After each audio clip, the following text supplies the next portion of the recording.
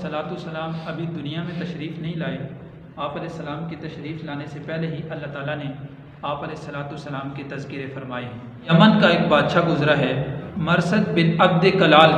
इस बादशाह ने भी एक मरतबा एक ख्वाब देखा और इसके साथ भी यही माजरा हुआ कि ये अपना ख्वाब भूल गया और सुबह को जब बेदार हुआ तो ताज्जुब में और खौफ के आलम में अपनी माँ से बयान किया।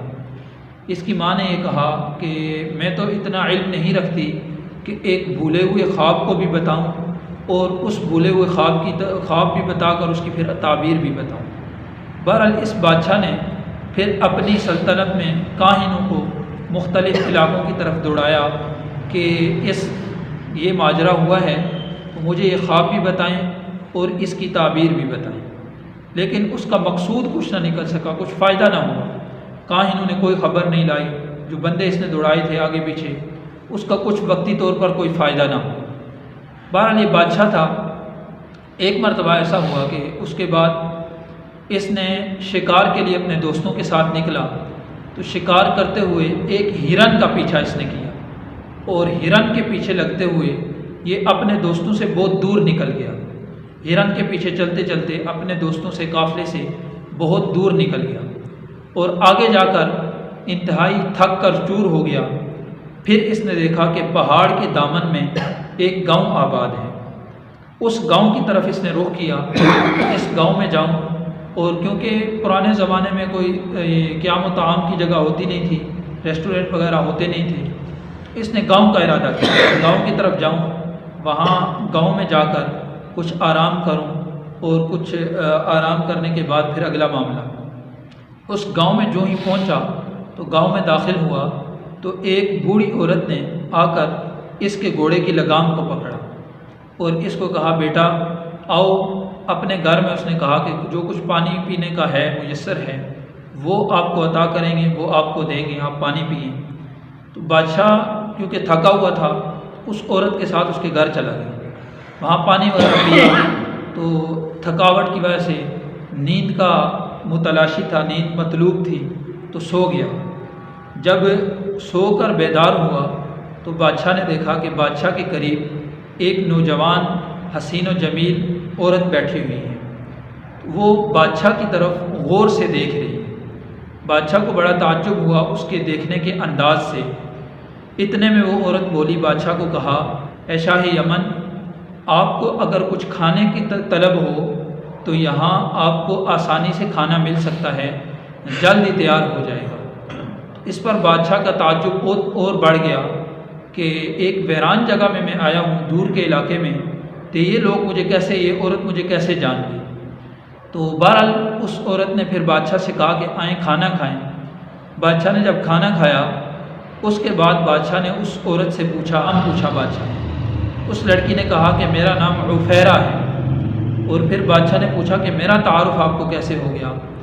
तो उस औरत ने कहा कि आप मरसद बिन अकलाल हैं जो यमन के बादशाह हैं और आपने चंद अरसा पहले एक ख्वाब देखा था जिस ख्वाब के लिए आपने मुख्तलिफ़ तरफ अपने नजूमी अपने काहिनों को दौड़ाया था, लेकिन उसका फ़ायदा कुछ न निकला। बादशाह के ताज्जुब में और भी इजाफ़ा हुआ।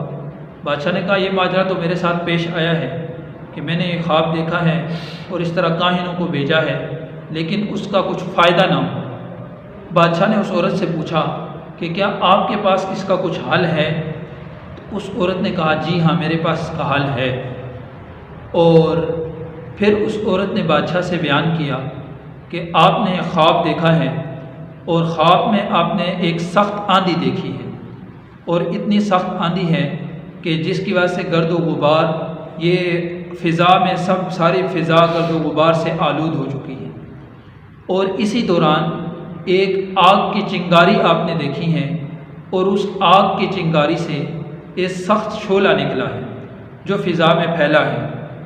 और इसी दौरान आपने देखा है कि इंतहाई नहायत साफ़ शिफाफ पानी का मीठा चश्मा है और एक इंतहाई मुक़द्दस इंसान है जो उस चश्मे की तरफ लोगों को बुला रहा है और ये कह रहा है कि इस चश्मे से पानी पी लो, जो इस चश्मे से पानी पी लेगा उसको हमेशा हमेशा की ज़िंदगी मिल जाएगी और जो इससे पानी नहीं पिएगा वो फितनों का शिकार हो जाएगा। بادشاہ نے اس خواب کا اعتراف کیا کہ مجھے یاد آ گیا، واقعی میں نے یہی خواب دیکھا ہے۔ اب بادشاہ نے اس عورت سے پوچھا کہ اس خواب کی تعبیر کیا ہے؟ اس عورت نے اس کی تعبیر بتائی کہ یہ جو آپ نے پوری فضا میں اندھیرا دیکھا ہے، یہ ظلمت دیکھی ہے، اس کی تعبیر یہ ہے کہ پورے دنیا کے جو بادشاہ ہیں، یہ آندھی تو یہ پوری دنیا کے بادشاہ ہیں، اور اس میں جو آپ نے اندھیرا دیکھا ہے اور چنگاریاں دیکھی ہیں، یہ ان پوری دنیا کے بادشاہوں کا ظلم و ستم ہے۔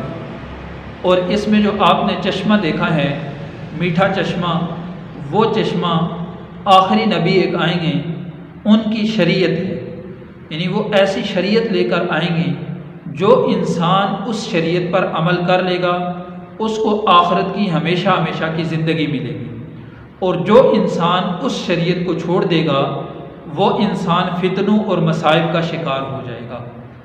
اب اس کے بعد اس عورت نے آپ علیہ الصلاۃ والسلام کا حلیہ، آپ علیہ الصلاۃ والسلام کا نام، آپ علیہ الصلاۃ والسلام کا نسب مبارک بیان کیا، اور اس کے بعد چند اشعار پڑھے۔ جب وہ عورت ان اشعار سے آپ علیہ الصلاۃ والسلام کی تعریف سے چپ ہوئی تو اس بادشاہ نے ادھر ہی بیٹھے آپ علیہ الصلاۃ والسلام کے بارے میں کہا کہ میں ان پر ایمان لے آیا ہوں۔ اب دیکھیں، آپ علیہ الصلاۃ والسلام ابھی دنیا میں تشریف نہیں لائے، ہزاروں سال پہلے کا واقعہ، اور وہ بادشاہ آپ علیہ السلام پر ایمان لا رہا ہے، اور اس کے خواب کی تعبیر میں وہ عورت بتا رہی ہے کہ جو اس شریعت پر عمل کرے گا وہ ہمیشہ کی جنت پائے گا۔ اب اللہ رب العزت نے ہم پر کتنا بڑا احسان کیا کہ اللہ رب العزت نے آپ علیہ السلام کی امت میں پیدا فرمایا اور شریعت محمدی ہمیں نصیب فرمائی ہے۔ آپ علیہ السلام کی ایسی جامع شریعت ہے کہ اگر زندگی کا ایک ایک قدم بھی ہم آپ علیہ السلام کی شریعت کے مطابق اٹھانا چاہیں تو تب بھی ہمیں رہنمائی ملتی ہے۔ اب اگر ہم آپ علیہ السلام کی شریعت کے خلاف عمل کریں تو کتنے گھاٹے اور نقصان کا سودا ہے، اور کتنی کم نصیبی ہے اور کتنا نقصان ہے۔ تو اس لیے شریعت مطہرہ کو اپنا مقصد اور اپنا آئیڈیل بنا کر زندگی گزارنی ہے۔